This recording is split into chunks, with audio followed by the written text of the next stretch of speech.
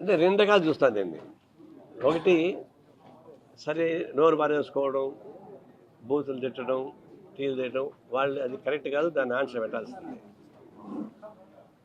పోలీసులు తప్పులు చేశారు కదా, భూ కుంభకోణాలు చేశారు కదా,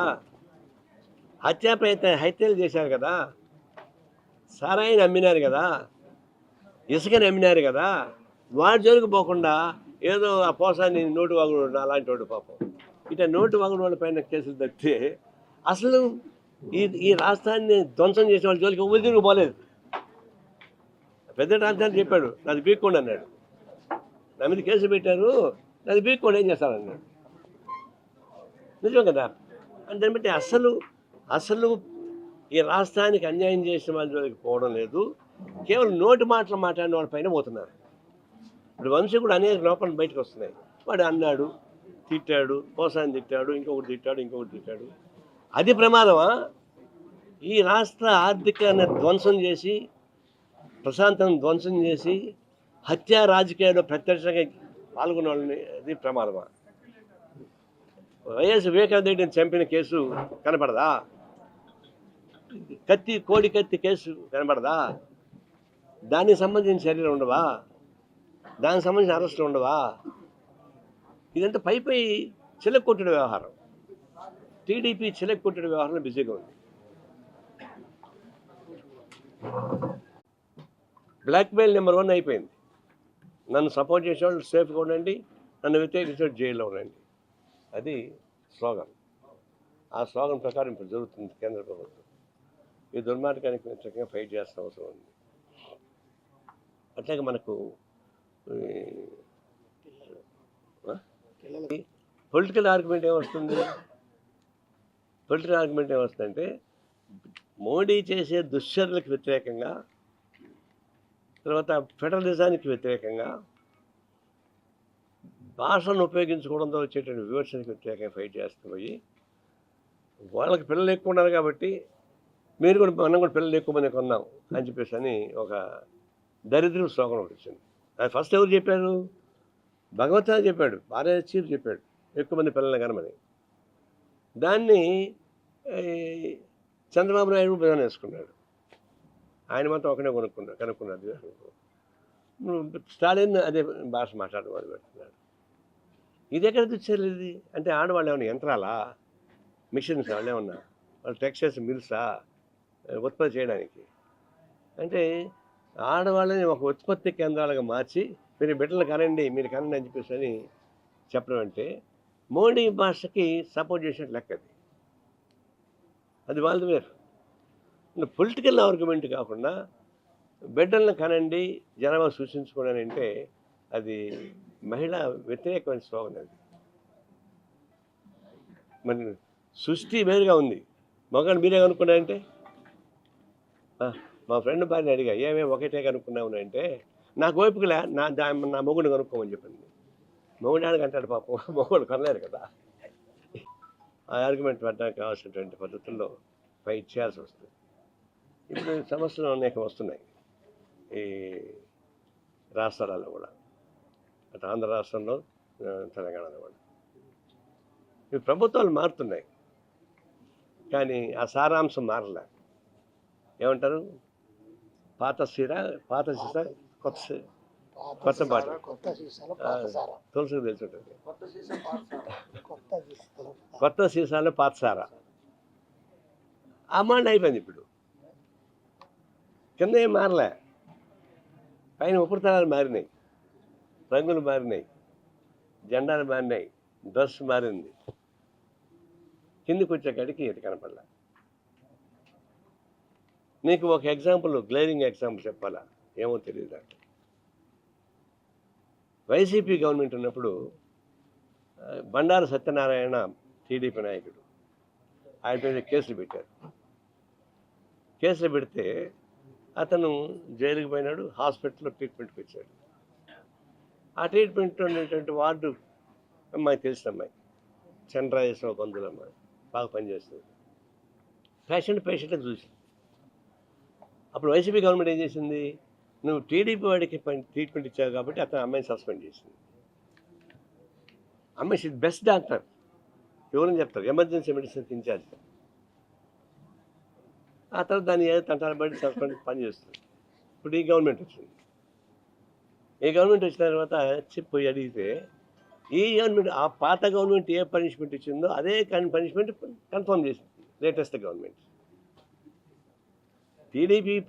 టీడీపీ నాయకుడి పైన కక్ష సాధింపు చర్యలో భాగంగా వైసీపీ ఈ డాక్టర్ మీద చర్యలు తీసుకుంటే, పోనీ టీడీపీ గవర్నమెంట్ వచ్చింది కదా, మళ్ళీ ఈ బండారు సత్యం ఇప్పుడు ఎమ్మెల్యే. మళ్ళీ టీడీపీకి అనుకూలంగా ఉండేవాడిని మీద ట్రీట్మెంట్ ఇచ్చిన పేరుతోటి మళ్ళీ ఆ అమ్మాయికి అదే పనిష్మెంట్ ఇచ్చారు.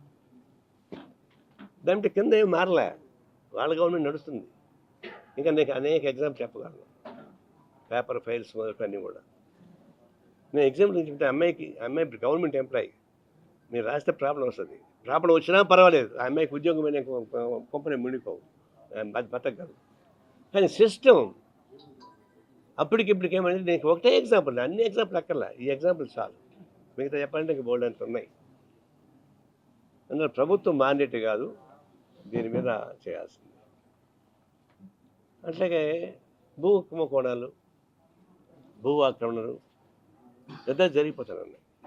తిరుపతి మామూలు ఫైట్ చేస్తారు కదా, చెరువులు కుంటలు కావాలని చెప్పేసి అని హైదరాబాద్ హైడ్రా నాయకత్వాన FTL మొత్తం కొట్టేస్తున్నారు, చెరువులు కాపాడుతున్నారు. ఇక్కడ మనకు పల్లె టాకీస్ కాడ చెరువు మాయమైపోయింది, రాజీవ్ నగర్ చెరువు మాయమైపోయింది. చుట్టుపక్కల చెరువులు మాయమైపోతుంటే మనకి వాటర్ కలిసింది కాదు. ఎక్కడ కానీ ప్రపంచంలోని ఏ దేశాలు తిరిగినా కూడా వాటర్ బాడీ సపరేట్గా కాపాడుతారు దాన్ని మన చుట్టూ ఫెన్సింగ్ చేస్తారు, వాకింగ్ ట్రాక్ పెడతారు. ఇక్కడేమో తిరుపతి మొత్తం క్లోజ్ చేస్తున్నారు. అందులో ఎందుకు బహిరంగ జరుగుతున్నప్పుడు ఎందుకు చేస్తున్నారు? అట్లాంటివి భూ కుంభకోణాలు ఇంకా జరుగుతున్నాయి. అవినీతికి కొనసాగుతూనే ఉంది, ఈ సమస్య వస్తూ ఉంది. ఇప్పుడు మద్యం, అప్పుడేమో అకౌంట్ లేకుండా క్యాష్తోనే డబ్బులు తీసుకొని పోయారు, నో GST, నో ఆన్లైన్. ఇప్పుడు అన్నీ పకడ్బందీకి పెట్టారు, కానీ దీనిలో కూడా సమస్య ఉన్నాయి. నీకు ఎగ్జాంపుల్ ఆఫీస్ పక్కనే, నేను రేపు చెప్తాను అనుకున్నాను కానీ ఇప్పుడే చెప్పేస్తాను. కూడలి స్కూళ్ళు, హాస్పిటల్, కాలనీ మంచి మధ్యలో ఎందుకు షాప్ పెట్టాలా? ఆ షాప్ పెట్టడానికి మా వాళ్ళు రైతు ఇస్తే మన బ్లాక్మెయిల్ చేస్తున్నారు. సరే, కలెక్టర్ చాలా మంచివాడు, నాకు తెలిసినంత కలెక్టర్ చాలా మంచివాడు, నాకు అంతమంది తెలుసు కాబట్టి. అతని పోయి ఏం గైడ్ చేసినారు వీళ్ళు? ఆ పక్కన ఇంకొక షాప్ ఉంది సార్, ఆ షాప్ వాళ్ళు డబ్బులు ఇచ్చి వీళ్ళతో ఉద్యమం చేయిస్తున్నాడు షాపు మించమని చెప్పారు. ఆయన పాప అమ్మాయికి నమ్మేశాడు దాన్ని. అంటే కమ్యూనిస్ట్ పార్టీ ఒకళ్ళు డబ్బులు ఇస్తే ఇంకోటి మేము ఫైట్ చేస్తామా? అది జరుగుతుందా మన దగ్గర? నా విషయం మీద ఫైట్ చేస్తాం తప్ప. ఎదురుగా హాస్పిటల్ వస్తుంది, బ్యాంక్ ఉంది, రోజుకు 100-200 మంది మహిళలు, 1000 మంది మహిళలు అడిగి బ్యాంక్ ఆపరేషన్కి వస్తారు. డ్వాక్రా మహిళలు ఎదురుగా పెద్ద హాస్పిటల్ ఓపెన్ చేయబోతున్నారు. ఇక్కడ ఎందుకు అని చెప్పేసి మా వాళ్ళు చెప్తే మా వాళ్ళ మీద బ్లాక్మెయిల్ చేస్తారా? కలెక్టర్ని తప్పుదారి పట్టిస్తారా? అందుకే చిన్న సమస్య అయినా సరే చిన్న పవన్ అయినా పెద్ద కర్త కొట్టాలని రేపటి నుంచి నిరవధిక దీక్ష అక్కడే కూర్చుంటాం. నేను కూడా దాన్ని కూర్చుంటాం. ఉంటే ఆ షాప్ ఉన్న పోవాలి, లేకపోతే మమ్మల్ని జైల్లో పెట్టాలి. ఇష్యూ చిన్నదైనా సరే సోషల్ ఇష్యూ, దాన్ని బ్లాక్మెయిల్ చేస్తున్నారు, దాని మీద ఫైట్ చేసే మంది బ్లాక్మెయిల్ చేస్తున్నారు. దాన్ని మేము అంగీకరించు. రేపటి లోపల షాపుని షిఫ్ట్ చేస్తే చేయండి, లేకపోతే నిరవధిక దీక్ష మేము అక్కడే కూర్చుంటాం రాత్రి మౌళ్ళు. అదన్నా పోవాలా, మేమన్నా పోవాలా. That is my final decision.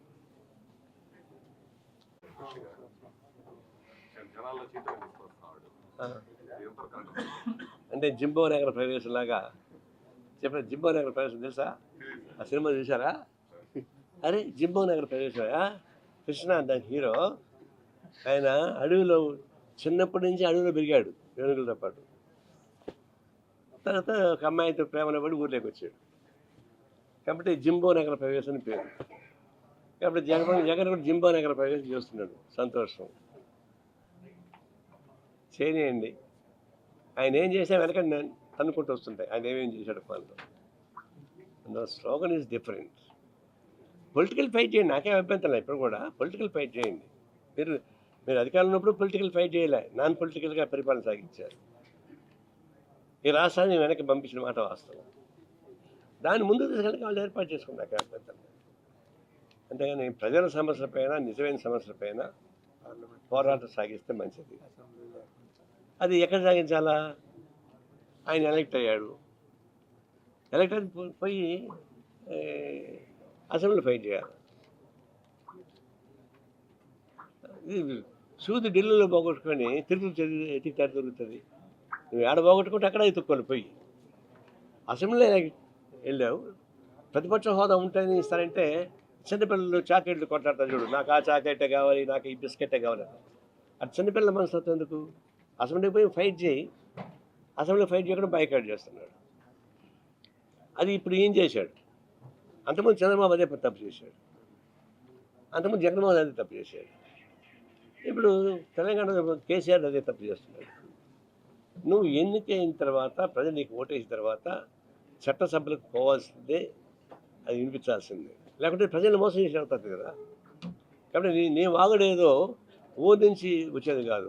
అసెంబ్లీకి పోయి ఫైట్ చేయి, లేకపోతే రిజైన్ చేసి బయటికి వెళ్ళి. ఏ పార్టీ ఎవడైనా సరే ఒకసారి ఎన్నికైన తర్వాత చట్టసభలకు పోకుండా బైకాట్ చేస్తే రిజైన్ చేసి బయటకు రావాలి. అంతేగాని ఆడ జీతాలు తీసుకొని జోబు చేసుకొని నేను అది పోనేసి అంటే ఇది వైరాగ్యం. అసెంబ్లీ మీద అడిగినా, చెరువు మీద అడిగినా ఒకటే. తెలుసా చెరువు మీద అడిగితే ఏమవుతుందో? కాబట్టి చెరువు మీద అడిగేవాడే అసెంబ్లీని నేను అడుగుతాడు, అందుకన్నా మూర్ఖం కూడా ఉంది.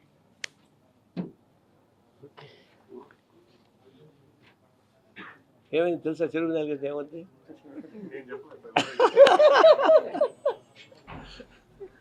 Okay, thank you.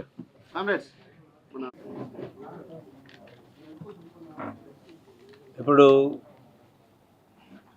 ప్రపంచవ్యాప్తంగా ఈ ట్రంప్ ప్రెసిడెంట్ అయిన తర్వాత రకరకాల స్టోరీస్, అడ్వెంచర్స్ వస్తున్నాయి, ఇబ్బందులు వస్తున్నాయి. తను రావడమే తన లోటు బడ్జెట్ ఉంది. మీరు గుర్తుంచుకోవాల్సిందంటే అమెరికాలో $29 trillion అప్పుల్లో ఉంది అమెరికా. బయట నుంచి చూసేవాళ్ళకి అమెరికా చాలా ప్రమాదంగా అనుకుంటారు, దాని రోల్ డ్రమ్లో ఉంది.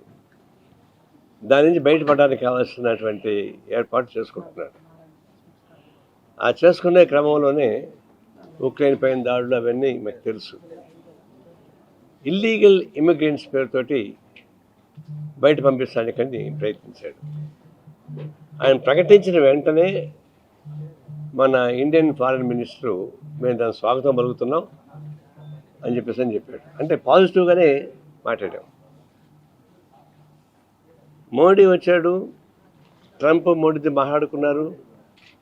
తర్వాత ట్రంప్ ఇలాన్ వేస్తే మస్కత్ ఎలాన్ మస్కత్ అతను పారిశ్రామికవేత్త. ఆయన అమెరికన్ గవర్నమెంట్ కంట్రోల్ చేసి ఇక్కడ అదాని మోడీ గవర్నమెంట్ కంట్రోల్ చేస్తుంటారు. వీళ్ళందరితో మాట్లాడుకున్నారు, మంచిగానే మాట్లాడుకున్నారు. మసతో చూసింది ఏంటంటే ఇల్లీగల్ ఇమిగ్రెంట్స్ పేరుతోటి జంతువులను వేటాడుతున్నారు.